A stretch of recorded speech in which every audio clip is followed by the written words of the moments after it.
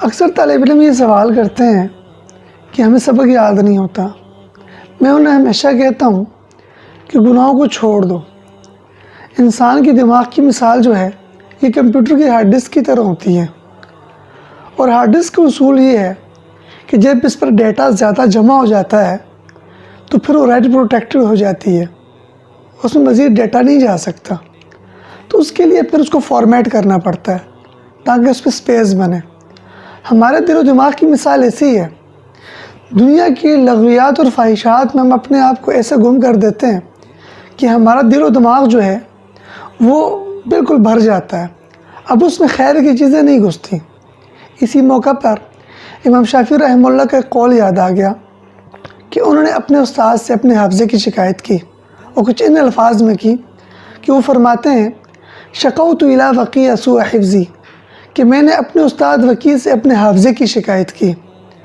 وَأَوْصَانِي إِلَىٰ تَرْكِ الْمَعَاصِي، میرے استاد نے مجھے کہا کہ گناہوں کو ترک کر دو۔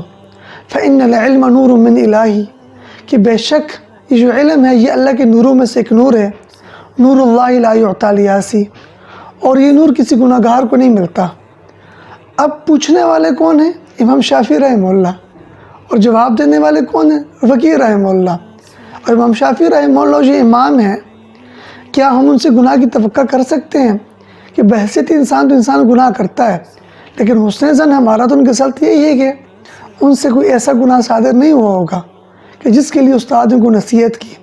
لیکن یہ نصیحت آپ کے، میرے لیے، ہم سب کے لیے ہے کہ ہم گناہوں کو ترک کر دیں گے تو پھر ہمارے لیے یہ سارے معاملات دنیا کے آسان ہو جائیں گے، چاہے وہ پڑھنے کے اعتبار سے ہیں، چاہے وہ معاشی اعتبار سے ہیں، چاہے وہ دنیاوی اعتبار سے کوئی بھی معاملہ ہے، اور اخروی اعتبار سے بھی ہمارے لیے بہت بہتر ہے کہ جب اللہ کے ہاں پیش ہوں تو ہم اللہ کے شرمسار نہ ہوں۔ بہت شکریہ۔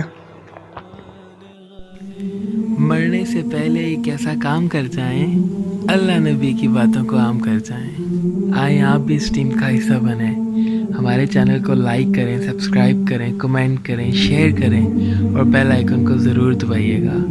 جزاکم اللہ خیرا کثیرا۔